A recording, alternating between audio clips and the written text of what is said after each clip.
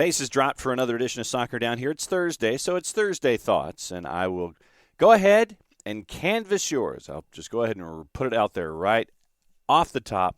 What is on your mind this morning as we get ready for tomorrow?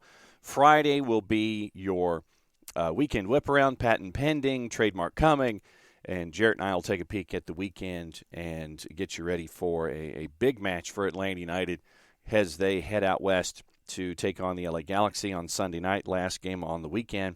And we'll get you ready for everything going on around Major League Soccer tomorrow with the weekend whip-around, carry you through all of the other news that is fit to print with transfers and everything going on. And what we will do this morning is we'll take you through a lot of friendlies that happened last night, part of the FC series. And it was in Charlotte, and it had Chelsea and Charlotte FC going at it. You also had Manchester City and Club America in the Copa de Lone Star. That one was in Houston. You also had Manchester United and Everton, and that was a long night for any fan of Everton. Sorry, Ropes, and to the Airborne DJ. Arsenal, Orlando City, Bayern Munich, and DC United. We'll go through all the highlights and reaction that we have from those matches. We'll go back to the Euros yesterday, the Women's Euros, for a moment for England that I don't think they'll forget for a very long time.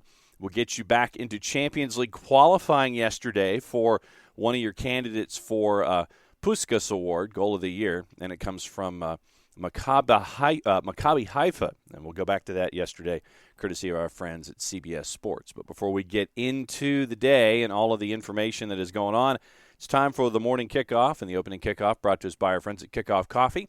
KickoffCoffeeCO.com, and you can also follow Kickoff Coffee CO on Twitter, on Facebook, and on Instagram.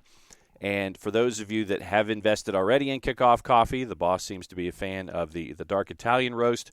Thanks to everyone who has been investing in Kickoff Coffee. Reminder, Soccer Down Here 15 is your code.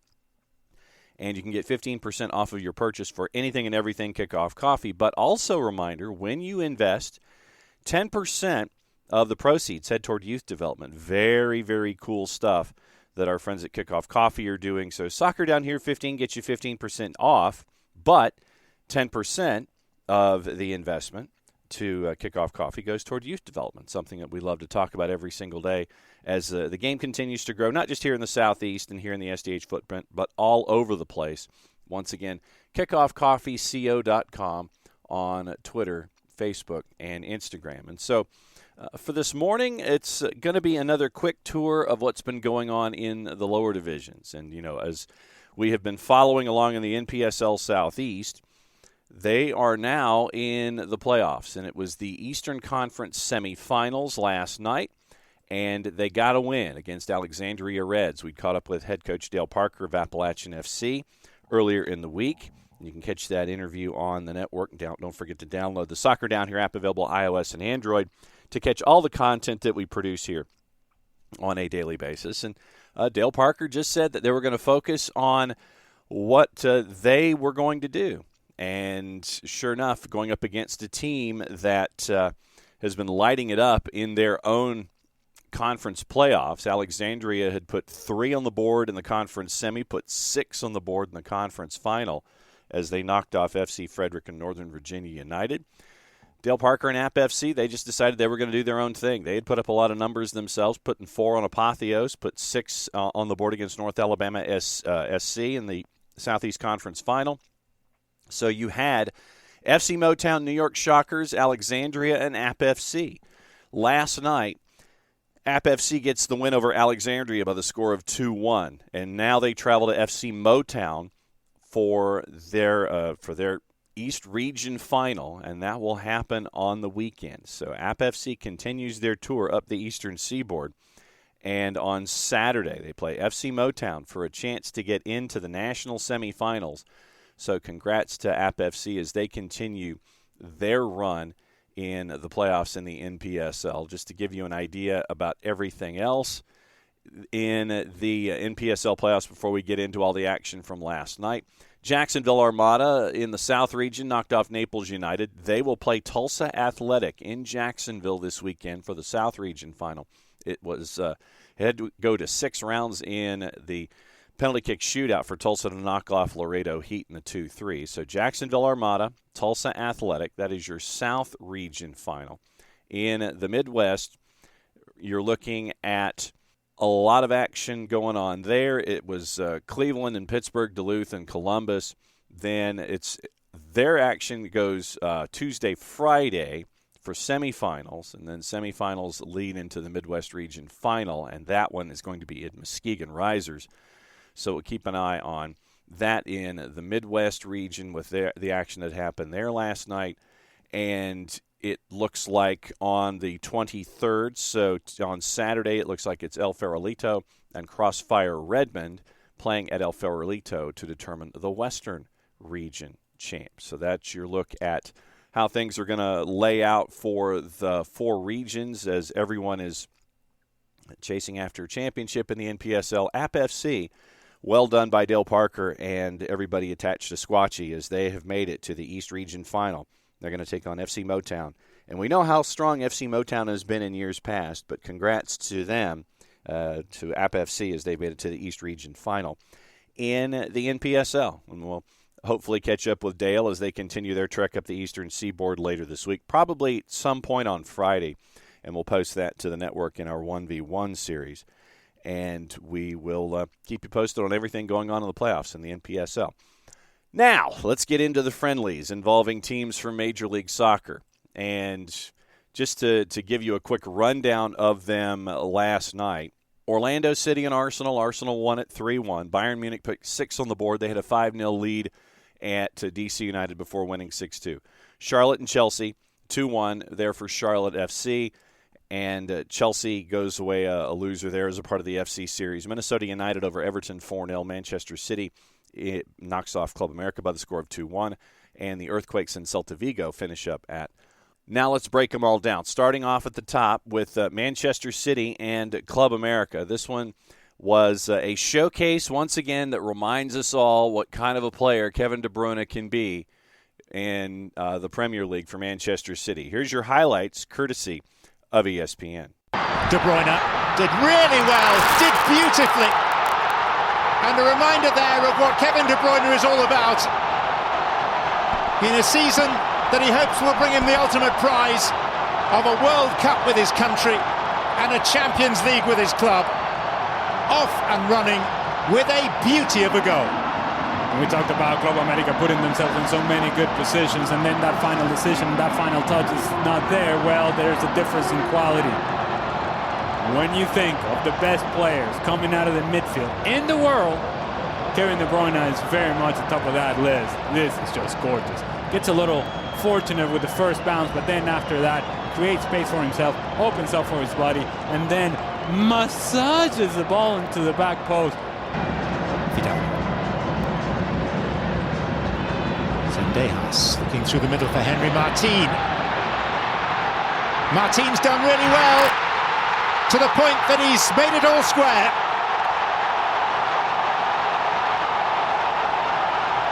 The Mexican international, the calmest man in the midst of NRG Stadium. One-on-one with the goalkeeper who got a piece of it, but not enough of it. It's a high line from Manchester City, no pressure on the ball. Well-timed run from Henry Martin, and then here, cuts it back. Ethan Ankes late in the challenge. Henry Martin does so well with the patience, the understanding as to what he wants to do. Cut back, and then the finish. A little fortunate that it gets between the legs of Ortega. Regardless, he doesn't care, neither do America. 1-1, Fernando Tan Ortiz, well, not that excited. Ake over the top for Alvarez. The early ball for Jack Grealish. And Grealish goes down under the challenge of Jorge Sanchez. And is apoplectic that the referee hasn't pointed to the spot. And is chasing after Armando Villarreal. This is when perhaps the posturing, the histrionics of Jack Grealish go against him. Because there's an anticipation that perhaps he's going to try to draw a foul, that perhaps he's looking for a penalty. maybe Armando Villarreal, the referee, once he's anticipating the movement from Jack Grealish, he's probably already made up his mind that I don't think there's a foul there. Nice ball to Bruyne, 2-1. Manchester City was a minus 833 going into that match. Club America, who is in their Liga MX season, was a plus 1470. And, they're swapping out players. Memo Ochoa, after giving up the first goal, he was substituted out. So Memo Ochoa only got 30-plus minutes. As Club America loses 2-1, here's your post from the match courtesy of Luc Mbete of Manchester City. Mbete's sound is courtesy of Manchester City, their own selves. Luke, first game of pre-season there. I thought the City looked pretty sharp. What did you make of it? No, I think we did a very good job considering it's our first game. There's a long way to go. But yeah, we're just going to keep improving, and then hopefully next game we can do better than last time. What about your fitness levels? Where do you feel you're at this point in pre-season? I think I feel stronger than last season. I'm just taking game by game, step by step, and I just want to keep improving, showing everyone what I can do. 60,000 people there tonight. It was a great occasion. Did you get nervous beforehand, or how did you feel? No, I felt great. I felt great. I spoke to my family before the game, and they gave me all the encouragement. So yeah, I felt good going into the game. It must be very nice for you as well when you look around in that first half. You've got 10 top, really experienced professionals to play alongside. That must be good. Yeah, I'm so thankful that the manager gave me, put his faith in me. Each and every one of the players helped me. Helped me to stay focused and to stay calm. Have you set yourself any targets this season in terms of number of games you want to play, or what you focused on? As I said before, I'm just taking it step by step. The targets I've set with my family, it's just something that I'm gonna keep in the family. We've got a game now in Green Bay, played Bayern Munich. You looking forward to that one? Yeah, I'm looking forward to the game. Obviously, take training as it goes and try to prepare as best as possible. We'll see how it goes on Saturday. And just one more, Julian Alvarez has joined us. You've seen him in training. Good first touch. What have you made of him as a player? No, I think he's a very top player and a good addition to the team. I'm just excited to see what this season has for all of us. Well played tonight. Thanks very much. Cheers. Now to the fun one. Charlotte and Chelsea. Charlotte goes on to win it 2-1. This one for a 90-minute draw was a plus 583. Chelsea was basically the same thing on the minus side as a favorite. Charlotte as a favorite to win in regulation was a plus 1295. So here's your highlights of some of the hot moments of the match, courtesy of our friends at Sports Radio WFNZ. Familiar voices on the call. Will Pelagic and Jessica Charman. Romero into the box. Romero with a shot. Save made. Penalty for Romero. Penalty. And a penalty's given. Romero earned a penalty. It's Daniel Rios, the 27-year-old Mexican, to try and equalize against Chelsea in stoppage time, down 1-0. It's Rios from 12 yards out against Edouard Mendy. Waiting. Rios takes a deep breath, awaits the official's words. Rios approaches, shoots, score! Daniel Rios has equalized against Chelsea! You can't say that it's not deserved. They have fought toe and nail against this Chelsea side. They have been first to every ball. They've been first to every second ball. They've fought and they've battled. They've hit the post. We said it will. The ball doesn't lie, and right here Charlotte FC gets the opportunity they deserve from 12 yards out. And Daniel Rios, a player that's faced some adversity this season, that's faced a little bit of criticism, from 12 yards out, it's a perfect penalty. Gets the right lift on it, has Mendy guessed the right way, and is still beaten. Jessica, I love this club. Gallagher approaches against Isniega. Chip, a save! A save for Pablo! Too cheeky from Conor Gallagher. What did I say? If you try some of that sauce with a goalkeeper, you better get it right, because otherwise you look like an idiot. Kamil Józwiak, 23-year-old Polish DP for Charlotte FC, with a chance to secure a win on penalty kicks against the former European champions. From the 12 yards out, Józwiak approaches, shoots, he scores! The crowd belongs to Charlotte! And Kamil Józwiak, they wanted DPs, we gave them PKs! A tie's not good enough. A win feels just as good. And after the win in front of a lot of folks, north of 50,000 there at Bank of America Stadium, Christian Lattanzio caught up with the press. Here's some of his post-match comments, courtesy of our friends at Charlotte FC. They work very hard. And we have a game on Saturday. We had a difficult one last Saturday for a number of reasons, and we can say that Chelsea maybe are in the second week of pre-season, but I can tell you that players of that quality, it's difficult to play against them. It doesn't matter.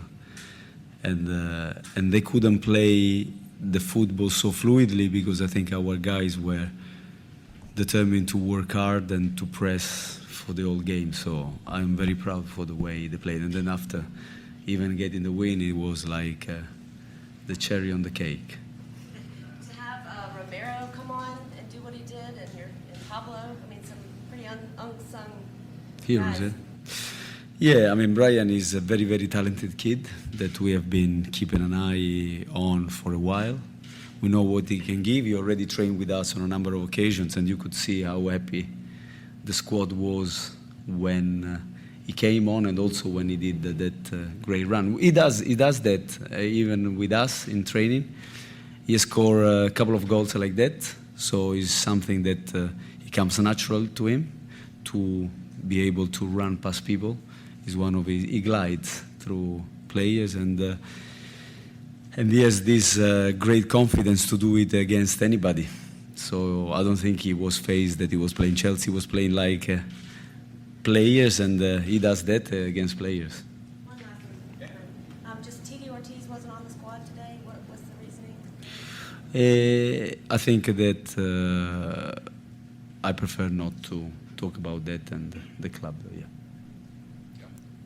Coach, how with so many changes, obviously a friendly is a completely different environment. With so many changes, halftime through the second half, how are you able to keep the level of intensity up and the tactical organization fluid despite constant changes of personnel? Because we train like that. Because we train all together, and I'm not one of those coaches that has a fixed starting 11, and then I mix the teams during the week because I think everybody can contribute, like he showed tonight. And so they are used to play together. And so whether we play two halves with two different 11, it didn't phase the boys because we are used to do that on a weekly basis. So Minnesota United and Everton. Man can't even read his own handwriting. Not a surprise. Minnesota United and Everton. Minnesota came in as a plus 320. At home, it was a plus 293 for the 90-minute draw. Everton was a favorite going in as a road favorite at a minus 143. Certainly did not end up that way. Here's your highlights, courtesy of our friends at Bally Sports North and YouTube. Callum and Kindred East St. Albans on the call. Take a look again there. It's Davies right here as he goes to defend. Reynoso goes to play the ball back, hits the forearm of Davies, and ball. And it will be Reynoso to execute. 7 goals in his last 7 games in Major League Soccer. 9 all season. Emmanuel Reynoso scores!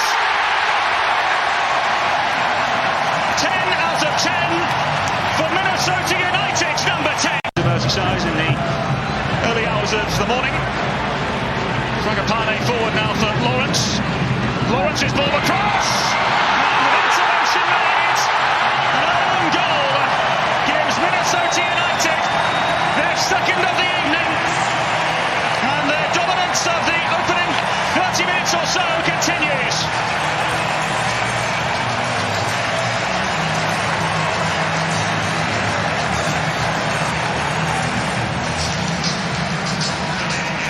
this is much like the penalty. It's not as much as how the ball ends up going in the back of the net. It's how you created the opportunity, how you created some confusion on the back line. Fragapane with some nice long touches out front. Kamar Lawrence, once again, the willingness to make the run, and a perfect ball across the 6 forces the defender. Davies.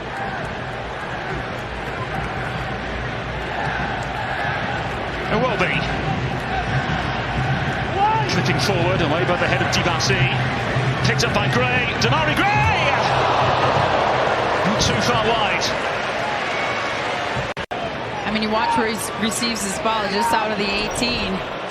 One touch, nice little outside of the foot to set his space. Curling up towards the... Maria unable to continue to move. Here come Minnesota, though, courtesy of the persistence of Rosales and Amaria. Robin Lodge opens up here for DJ Taylor, and turned in by Luis Amaria.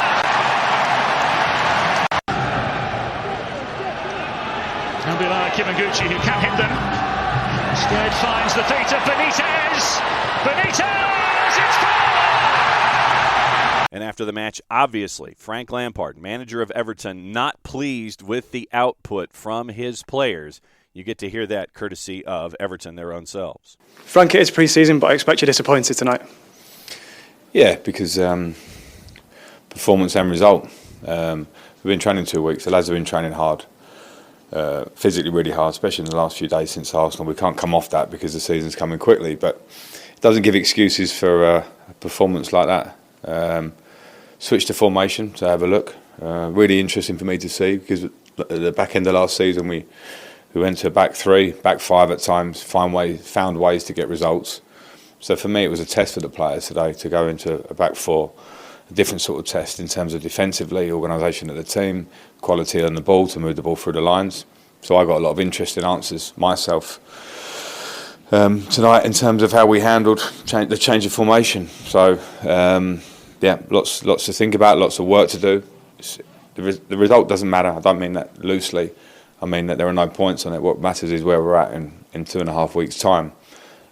If there's to be good that comes out of this, the players in the dressing room have to understand that they've just put in a very poor performance individually, collectively, and got well beaten.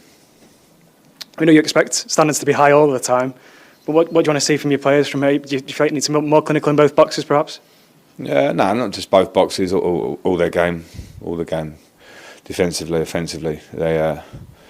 The players have to work and understand that we were in a relegation battle for a big portion of last season. I came into the club in that, and we had an amazing night and an amazing run, which was great historically for the club. But as soon as that finished for me, I put it to bed very quickly. So the players better put it to bed as well, because we were in that fight for a reason. And if we don't want to be in that situation again, they have to be better. I have to be better. And as a club, we also understand it reinforces probably the situation that we know what we need to do with the squad, because it has to be stronger than what we saw tonight. So they're things that are ongoing. We're all very collectively joined up on it, and it just reinforces a lot of thoughts that I think that we've all got. Arsenal and Orlando City in Central Florida. Arsenal a minus 625. Your 90-minute draw basically the same at a plus 623. Orlando City at about a plus 1150 to get the Duke here. It was Gabriel Jesus' debut for Arsenal. Here's your highlights, courtesy of the FC series and YouTube. Martinelli, curler, deflected in!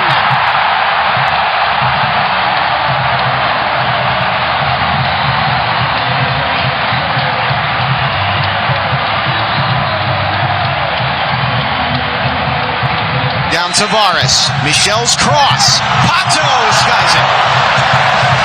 First opportunity of the night for Orlando. Alexander associated with, I'll leave it here. Good from Orlando to build out. Michel onside. Here he goes. Benji Michel's got a breakaway. Michel on Ramsdale makes the save.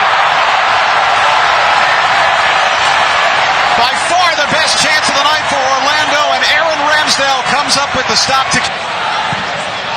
Antonio Carlos looking long over the top. Facundo Torres has a step on Tavares. Torres shoots, scores!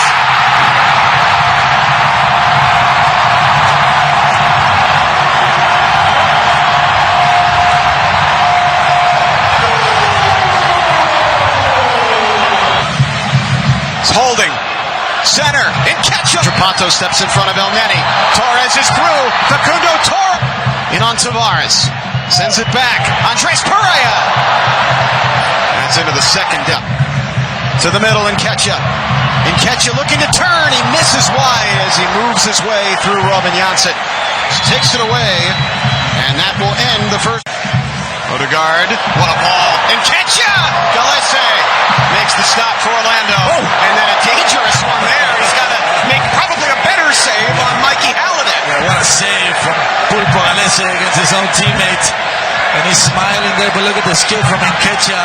But Partey, right at Cannon from behind, but Odegaard stays with it. Slips it through, Jesus. Shot, goal! Nketiah!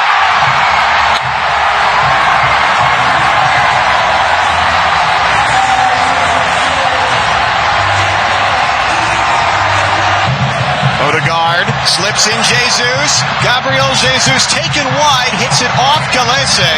It'll stay in play. Partey, Odegaard passes it up. It's Saka. Bukayo Saka to the middle. Shot on and goal! Reece Nelson!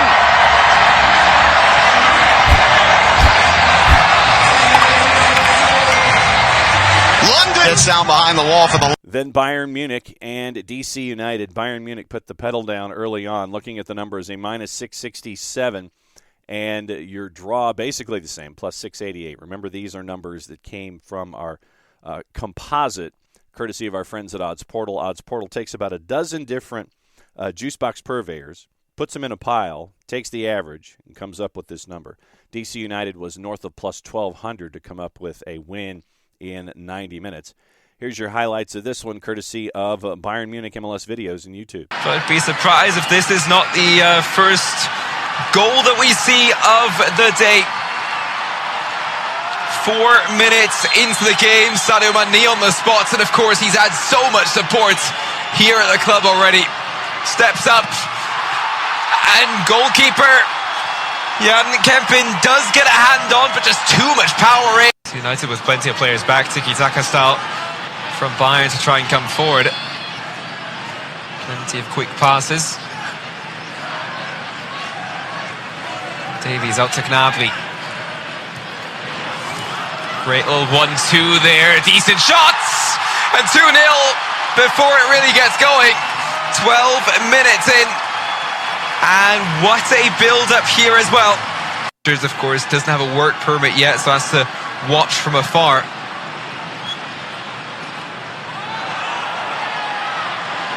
Nice way to try and keep possession, but Bayern yet again coming forward.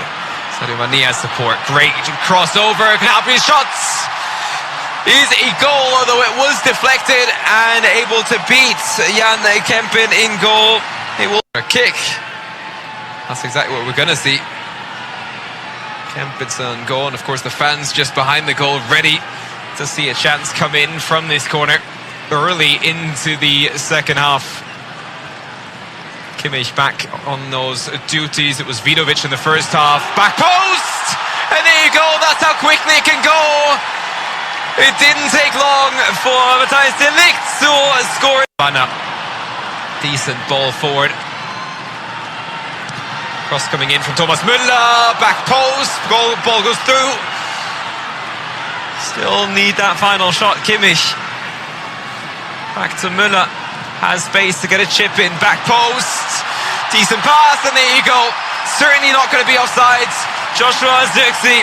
Lots of rumours around him as well that we're not going to focus. Need that offsides. Joshua Zirkzee. This entire game. And also been firmly within the Bayern side. Cross coming in, Sané. Back post position, decent shot, slight deflection. And in the end, Matthijs de Ligt tried to head it back towards the post. Sven Ulreich tried to jump forward and it didn't quite work out. And DC United do. Benjamin Pavard gets possession back. Still, DC United certainly dangerous here. Just need to get the ball towards the centre. Great shots, and Sven Ulreich has been beat once more. Good job there by Theodor Kudi. Now on the break, Thomas Müller, one-on-one with the keeper, challenge from behind, scores! And that's exactly what we expected from Thomas Müller. He's able to score his first goal of the 2022-23 season. And as we mentioned, it was MLS Friendlies After Dark, San Jose and Celta Vigo. It was San Jose at a plus 330.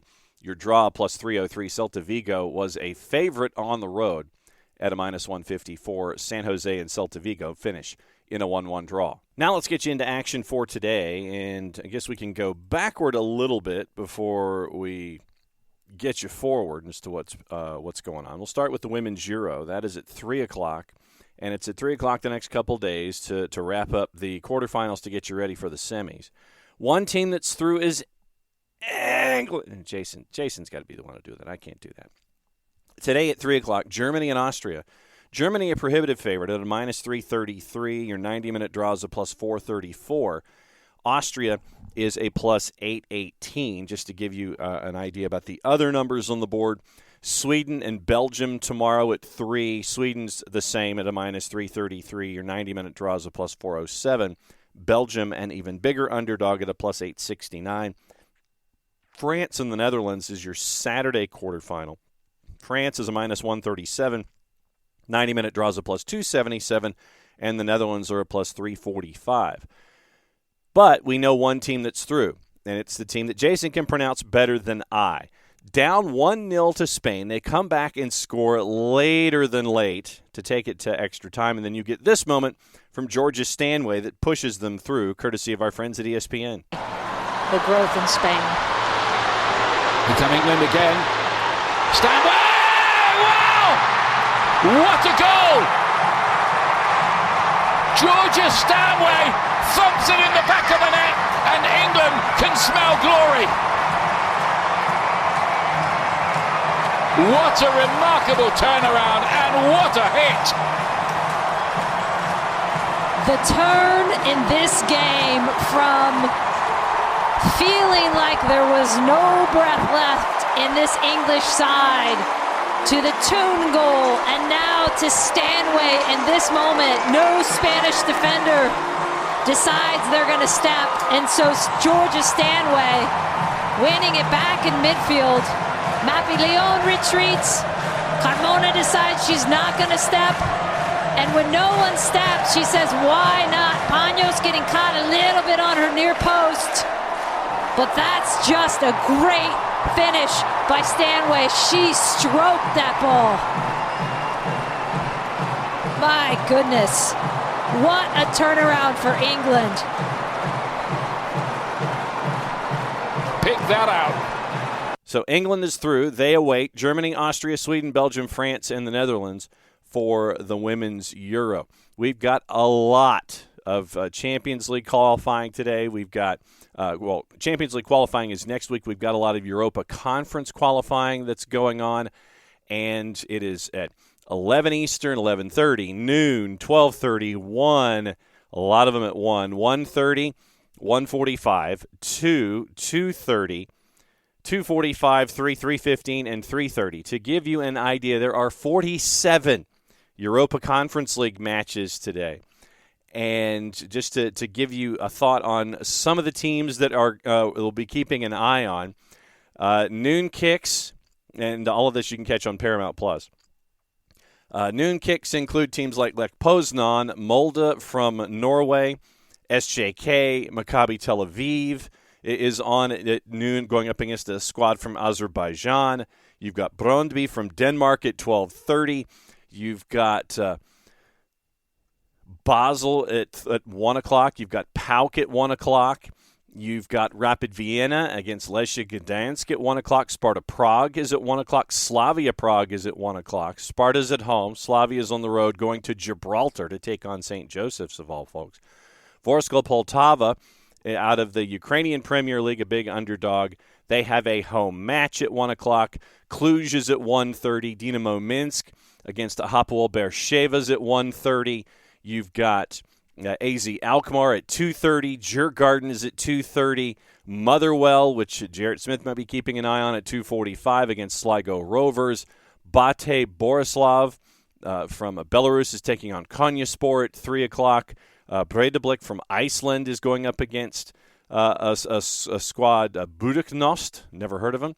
Iceland side Vikinga Reykjavik has a match at 3:30. Vitoria Guimarães is also at 3:30 today. UEFA Nations League, that kicks off in September. But, Champions League, once again, Champions League is next week. We kick qualification back up. 47 Europa Conference League matches today. Osijek has already won their first leg at Kılsızjar from Kazakhstan. So we'll await that one for next week. But 47 matches today, off and running, and you can catch all of that stuff on Paramount+. But let's go back to a Puskas Award nominee. And that comes to us by our friends at CBS Sports Golazo. This happened in the Maccabi Haifa match yesterday, and I just thought that it was a very cool moment. Once again, courtesy of our friends at CBS Sports Golazo. Here's what happened as Maccabi Haifa was down late to Olympiacos Piraeus. Oh, nice little reverse pass. Aziza, though, couldn't get any power in the cross. That's not a bad effort. It's gone in. And this one will stand. It was a speculative attempt. And Donat Aziza, incredibly, has levelled in the second minute of stoppage time with what you'd have to say is a phenomenal piece of skill. Think he meant it.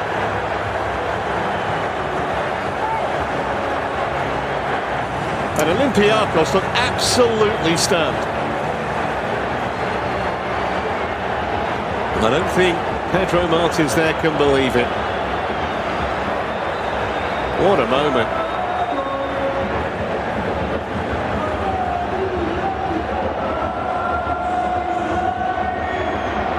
Wouldn't say they'd given up, but this is maybe what they didn't think was going to happen. Certainly not in this fashion. Let's have a look at this. Into Aziza. First effort blocked. Well, did he mean that? Was it a cross? More likely a cross, I would say. Just trying to get it into the danger area. Unless I'm doing him a massive disservice, but it's nestled in the back of Vatslik's net. And Maccabi Haifa are on terms at 1-1. Look on the goalkeeper's face, it's priceless. Where on earth did that come from?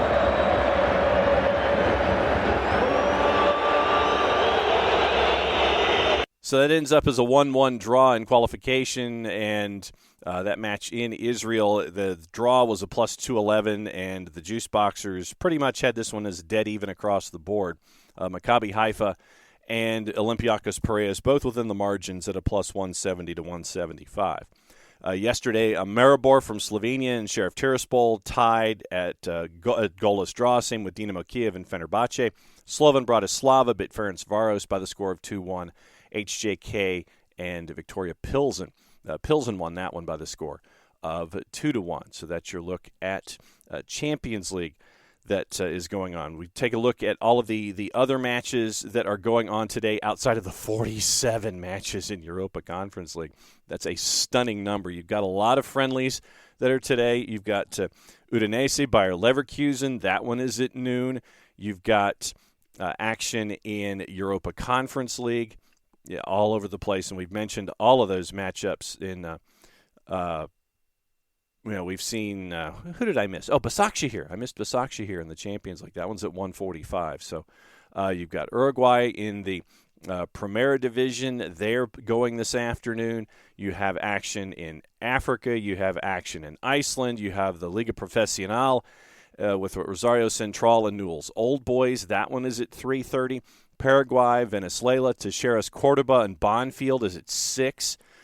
Brazil, Paraguay, Venezuela, all the way through. Liga de Expansión is at 8 o'clock. Copa America for the women, that is at 8 o'clock. You have two simultaneous kicks, Brazil and Peru. Brazil, obviously, a big favorite at a minus 10,000. Venezuela, Argentina, the match of the night. Venezuela's a plus 235. Your draw's a plus 243. And your numbers on the Argentina women's side is a plus 104. Liga MX, 1:10 o'clock matchup, Querétaro and Monterrey. Monterrey's a minus 104. Your draw's a plus 245. And Querétaro is a plus 282. But I wanted to go back into the Liga Profesional in just a second to give a moment from yesterday. And thanks to Justin LaFontano for this one, talking about the Sanabria red card in last night's Lanús Vélez match. For those of you that missed it, here's what happened. We'll discuss it in the audio. You'll listen to it on the audio side. We'll discuss it on the flip side pretty quickly, but I guess this is your recommended viewing just because you want to ask yourself, did that really happen? Courtesy of the Liga Profesional de Football and Paramount Plus.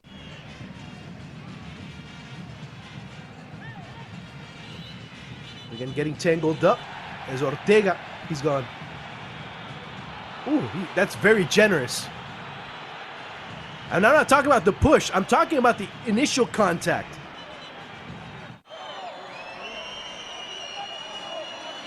This is going to be interesting because I've never seen something like this be. It's a straight red.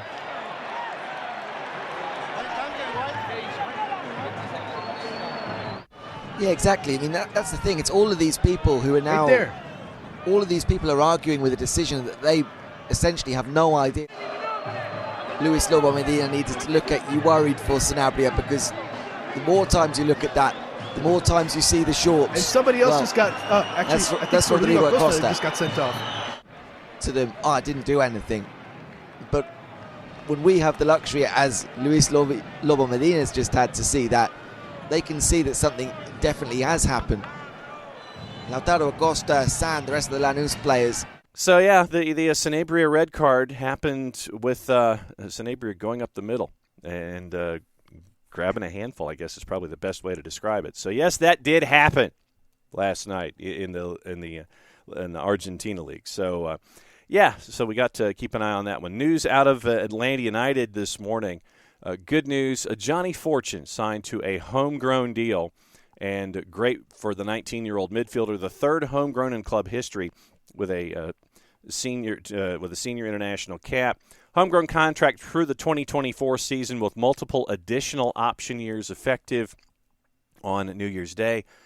Johnny Fortune made his debut with the TNT national team in 2021, joined the Atlanta United Academy in 2018, has played 48 matches with Atlanta United too. He's been a staple of Jack Collison's setup in the midfield since signing with the Academy. 14 appearances, 10 starts, just under 1,000 minutes so far in the USL Championship this season. Captained the side in the last match in San Antonio against San Antonio FC in his 3 seasons, 48 appearances, 31 starts, and 3 goals. Before joining the Academy, worked his way through the ranks U17 and U19 squads before making his professional debut against Charleston Battery July 11th of 2020. Quoting Atlanta United Academy director Matt Lowry, he exemplifies the humble work rate we always talk about here in the Academy. His technique, calmness on the ball, and ability to solve any situation with his talents and his brain define him as a player, but his humility, willingness to work hard for his coaches and teammates, and love of the game define him as a person. We're so excited for him to take this next step in his career. Very, very cool for a Johnny Fortune. The 19-year-old gets a homegrown contract. He now signs a homegrown deal with Atlanta United through the 2024 season. Multiple option years effective New Year's Day. All right, let's take the tour and find out what's going on around the world with transfers and visits and who's going where and who might be going places and who's not going places. We'll run through it all as we know it so far this morning. Manchester City has bid £30 million for Marc Cucurella over at Brighton. They have rejected, meaning Brighton, they have rejected the bid on Marc Cucurella. So it looks like Brighton might be looking for a lot more. They're looking probably understood to be near a number of $50 million. So Brighton rejects Manchester City's first offer of 30, joined from Getafe last summer, had a great first season for fans of Brighton. So $15 million from Getafe to get to Brighton, and so now Brighton is looking for 5-0 instead of 1-5 to send Cucurella to Manchester City. They're looking at folks at the back. Brighton doesn't want Cucurella to leave. It would take that huge offer. He's got 4 years left on his deal at the Amex, and so as they're trying to address the left back issue, so you bring in somebody like Cucurella, and that would have good competition with activity at the back for Manchester City. So $30 million, which was twice what Brighton got, twice what Brighton paid Getafe to bring in Cucurella. $30 million declined. They're looking for 5-0 since they picked him up for 1-5. And we'll keep an eye on what's going on with Manchester City and with Brighton and see if they end up going anywhere close to the number that they're looking for. Mikel Arteta welcomed Alexander Zinchenko to Orlando yesterday. I think there was a video that came out where he was walking across the parking lot getting ready to be a part of what Arsenal has been up to. Thomas Tuchel expects Armando Broja to stay and be a part of their project going forward. They're on the brink of signing Jules Koundé, and we'll keep an eye on that with all the activity that we're seeing from Tuchel. It looks like also you're looking at Aston Villa. Carney Chukwuemeka has no interest in signing a new contract at Villa Park. Barcelona's interested in the 18-year-old who won the U19 Euros with England earlier this summer. Borussia Dortmund has inquired about signing him, but interest has been cooled, courtesy of Rob Dorsett at Sky. He's got less than 12 months remaining on his existing contract and has repeatedly turned down offers of a new deal at Villa Park. Made 12 Premier League appearances last season, only started 2 matches. Understood he's wanting to get more top-flight game time. Free to discuss a move to a foreign club in January. Could head to the new camp once his Villa contract expires. For a nominal compensation fee agreed by tribunal, it's thought that the fee would be less than £500,000. So could be interesting days for Aston Villa. Chukwuemeka has no interest in staying. He wants to go, and he could be lost for under £1 million to the next stage in his career. Arsenal, Newcastle, Leeds have also shown interest in him. Villa would want up to $20 million for the player to move this summer.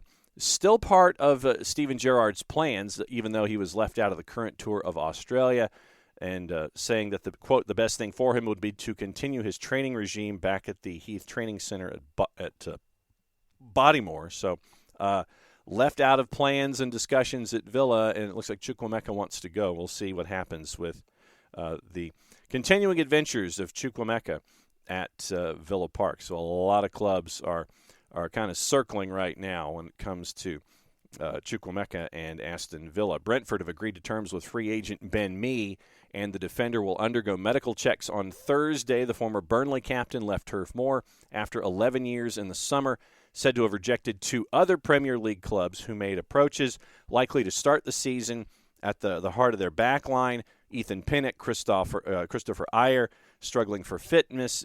Ben Mee did miss the last 13 games of the season after suffering a broken leg in the Burnley defeat by Leicester in March.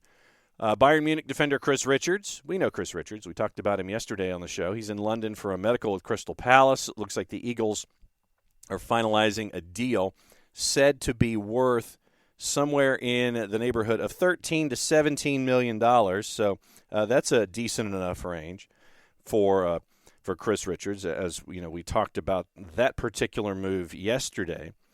And going back to one of Ben Jacobs' thoughts from CBS Sports, getting an update on the Jules Koundé situation. Chelsea verbally agreed with a fee with Sevilla and are finalizing the structure. They've offered superior, and this is from Jacobs, superior personal terms to Koundé. Barca's sole hope is they can convince him to wait and reject a better deal. A Rafinha-like tactic, according to Jacobs, but Chelsea is confident that it will not succeed. Jorge Mendes making it clear to clubs put off by his wages that Cristiano Ronaldo is willing to take a significant pay cut, potentially as high as 30%. Ronaldo remains interested in a move to Atletico Madrid, but the club continues to distance themselves, as has been previously reported. Atleti sources reiterate club is simply not in a financial position to move. They've turned signing Ronaldo as, quote, problematic, end quote. And a Real Madrid return is also not an option, no appetite for it on Real Madrid's side. Mendes even offered Ronaldo to Barcelona prior to them signing Lewandowski. No club is currently close to signing Ronaldo, allowing Manchester United to maintain their, quote, not for sale stance without it being challenged. Erik ten Hag remains hopeful of having clear the air talks as well. Sources close to Ronaldo say he's keen to not only play in Champions League, but join a club where he feels the burden of output isn't solely on him. He wants support, which he believes is key to maintaining his peak, particularly important in a World Cup year with those matches in the middle of the season. Aaron Ramsey's future still uncertain, and that grew on Thursday, left out of Juve's squad for the Serie A club's preseason tour to the United States. Spent the second half of last season on loan at Rangers. He's been omitted from Allegri's traveling party, along with Chiesa, De Siglio, Caio Jorge, Arthur Melo, Marco Piacca, and Adrian Rabiot. Ramsey's in the final year of his deal at Juve. He only made 5 appearances last season. He's been linked to a return to his former club, Cardiff. His career had a lot of injuries, remains a key member of the national team as they prepare for their first World Cup since 1958. Obviously, his future is away from Juve, although his situation is complicated by a reported £400,000 a week pay packet. 13 appearances for Rangers, missed a penalty in the shootout against Eintracht Frankfurt as they lost in the Europa League final. So that's the latest on Ramsey and Juve. According to Dean Ashton, former West Ham striker, he thinks Jesse Lingard's move to West Ham would have happened quite quickly. Surprised it has gone long as it has. When you have Nottingham Forest interested, when you have DC United interested, not so much. So keep an eye on Jesse Lingard and what he is up to. Mark McAdam on the latest with Kevin and Babu. Things developing with Fulham, probably slower than Marcos Silva and Fulham would like. There's an agreement in place with Wolfsburg for the player for €7.5 million. Works out as €5.5 million down, $2 million in the future. Discussing personal terms, expected he'll be in the country in the next 24 to 48 hours. One of the key things, according to McAdam, regards to the structure is how they work out a sell-on clause. Wolfsburg are desperate for one because they aren't selling him for a huge sum of money. So we'll keep an eye on that as well going forward. West Ham has targeted Sassuolo striker Gianluca Scamacca, and we'll keep an eye on that. They think he could be the next Zlatan Ibrahimovic when it comes to what they're looking for in an offensive talent. Also on the board, a lot of folks thinking, obviously, they're waiting for the Frankie de Jong move to Manchester United. But remember, United and Barcelona, they've got this broad agreement in place for a £72 million deal, but they're stalling over the $17 million in the backdated wages de Jong is owed by Barca after agreeing to a pay cut during the COVID-19 pandemic. And it's what to do with that $17 million. That's the big question mark going forward. What are they going to do with that $17 million and figure out how to continue to move forward and possibly get this deal done in place? So that is interesting to see where that goes when it comes to the end of the line. Everybody anticipates it happening, but is it going to happen? That's the biggest thing. And when you got £17 million standing in the way, that's what you're looking at toward the end of the line. Let's go through the papers and let you know what's going on. According to the Mirror, the national emergency involving Cristiano Ronaldo clarified his position himself on the proposed move to Atletico Madrid, based purely playing on Champions League rather than how much he will be earning, according to reports in Spain. Nottingham Forest, once again, we mentioned Jesse Lingard a second ago. Forest set to sign him. Player due for a medical to seal the transfer there. Barcelona played Frankie de Jong out of position after leaving him out of their starting lineup for their opening preseason friendly. Also on the board as we tour the papers, leaving the 3 and the 4-letter papers alone. According to The Guardian, the Amsterdam police chief appointed to sit on UEFA's, quote, independent review, end quote, into the chaos at the Champions League final in Paris is a senior security officer at UEFA, raising further concerns about the independence and governance of the review. In the Times, Bruno Fernandes has said Cristiano Ronaldo must be given time and space to deal with the family issue that prevented him from joining Manchester United's preseason tour. Daily Telegraph, the blueprint for a new Club World Cup is understood to have been agreed with a tournament involving the top 16 sides from the northern and southern hemispheres, scheduled to start in 2025. Crystal Palace once again set to make that Chris Richards signing, their 4th of the summer, worth an initial £8.5 million. Erik ten Hag apparently has banned alcohol during match weeks in a disciplinary crackdown, according to the Daily Telegraph. Daily Express, Tottenham have reportedly offered Sergio Regul to Barcelona on loan as Antonio Conte seeks to continue shaking up his squad. Arsenal's going to submit an offer, apparently, for Juve midfielder Arthur Melo, according to reports. And Frankie de Jong, according to the Daily Express, is open to joining Chelsea this summer, according to reports in Spain. Before we go, time to read our other promotional announcement. For odor-free, clean, fresh air, one place you need to go. It's a Lemonize service. A Lemonize service deodorizes enclosed spaces like houses, apartments, and condos. A Lemonize service has created a customized solution that eliminizes all organic odors, including those like pets, cigarettes, and food. Realtors and property managers use the Lemonize service to eliminate bad odors to help them sell or rent their homes that much faster. It's a turnkey process that makes it easy to work with realtors and property managers. Kind to the environment, offering a green way to get rid of odors without any kind of toxic residue whatsoever. Different than Febreze or our favorite masking agents, because that's why they call them a masking agent. You reach under the sink, you grab that masking agent, you spray it in the air. All you're doing is masking the odor. You're not addressing the issue all the way down to the molecule like a Lemonize service does with their proven scientific formula. Pricing very, very easy, either by cubic feet or parts per million to come up with a price that's affordable for you. Offering results in 24 hours or less. One place you need to go. It's a Lemonize service. It's their website, lemonize.com, but do us a favor at SDH. After the .com, go /Atlanta so they know what part of the world that you are addressing them from, to help take care of your problems. So it's ELIMINIZE.com. Lemonize.com /Atlanta for odor-free, clean, fresh air. A Lemonize service, proud sponsors of everything SDH. Reminder tonight, in Statesboro, it is hanging out at the Wild Wing Cafe. That's going to be fun. It's going to be Scott Flood and yours truly hanging out in Statesboro. Big weekend for Tormenta Sports, because you have the women's team chasing after a championship this weekend in front of 6,200 and probably more in standing room at TCO Stadium in Minneapolis on the campus of the University of Minnesota. Minnesota Aurora Tormenta women going after the USLW championship. And we'll talk about that. We'll talk about Tormenta. We'll talk about the future. The stadium construction is rolling along. Hoping to have some matches in there for Tormenta by the end of the regular season. There's a big match this weekend for Tormenta in USL League One involving North Carolina FC.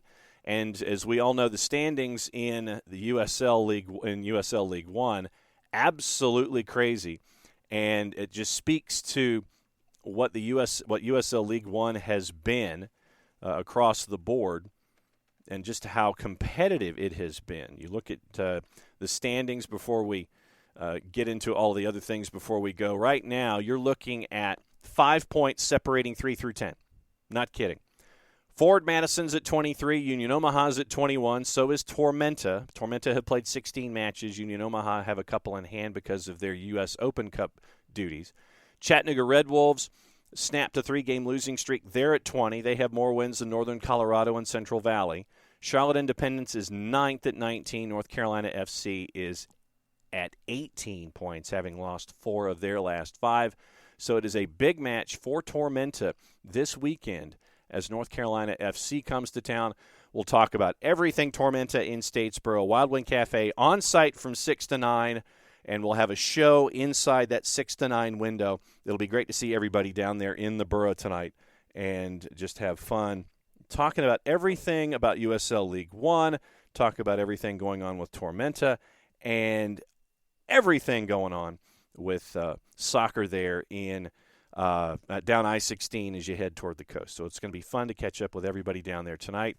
If you don't have any plans, if you're in the area, come by, say hi, and hang out with us at Wild Wing Cafe in Statesboro as we get you ready for a big weekend in Tormenta soccer on a bunch of different levels. So it's going to be fun. Just everybody be safe and get there. And like I said, it'll be a full, fun evening of talking soccer here in the Southeast and talking about soccer in Southeast Georgia with Tormenta and everybody down there in Statesboro. So Wild Wing Cafe in Statesboro tonight. We'll be on site from 6 to 9, probably a show embedded somewhere there in between like 6:30 to 8 or something like that, 6:37 or 8:30, somewhere in there. We'll talk a lot of Tormenta, and we'd love for you to be there as well. So thanks to everybody who has talked about stuff that was on their minds here on Thursday Thoughts.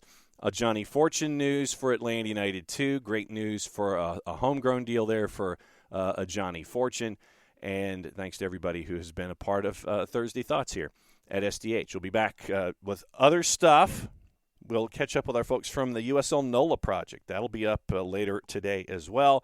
Then on Friday, we'll have our standard Friday programming, weekend whip around, all that kind of stuff headed your way. So full day today. Full day tomorrow. Fun stuff here at Soccer Down Here. So for Jason, for Jarrett, for Nick, I'm just John. Play it safe, everybody. Enjoy your day here and enjoy the soccer. There's a lot of it out there to watch. Play it safe, everybody. Mucho platio.